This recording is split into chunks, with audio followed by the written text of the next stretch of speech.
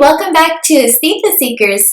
I'm Tejal Patel, and this is the place for modern mamas who are looking to define themselves by their truth, not their roles. And this topic is just for you: how to deal with unsolicited advice. I have 3 tips that you can use to navigate unsolicited advice without dishonoring your mother's intuition, your soul, your expression of your truth, and not disrespecting the person who seemingly means well by giving you advice.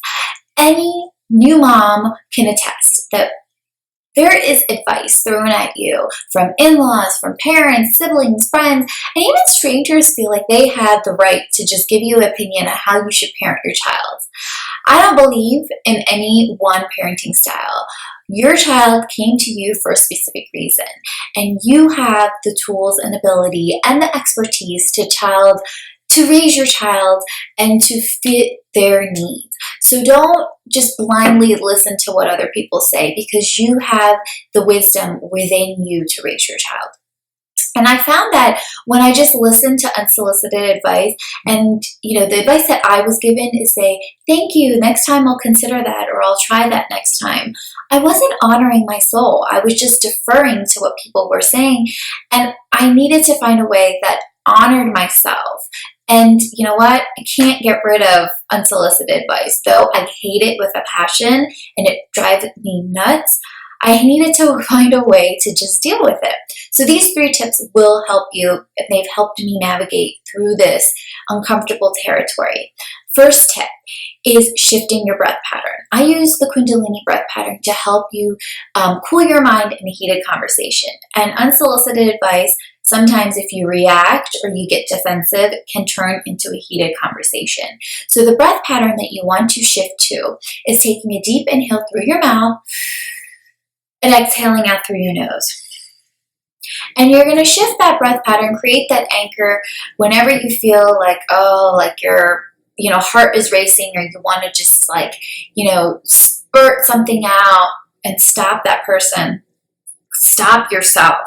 Don't just say whatever's on your mind. Shift your breath pattern. What tends to happen is your mind will start focusing on something else, and you won't feel as inclined to react.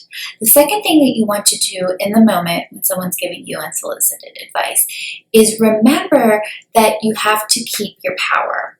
And the way that I do that in the moment is using my fingertips and reciting the mantra, I keep my power. I keep my power.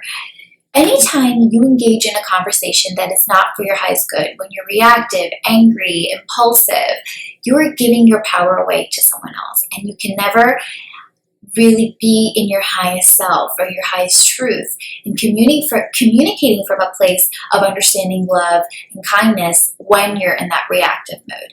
When you've given your power away, you feel small. You feel that you need to defend yourself, and the ego comes out. So remind yourself to keep your power and use your fingertips. And you can keep your hands, on your lap. Nobody needs to really know that you're doing it. So shift your breath.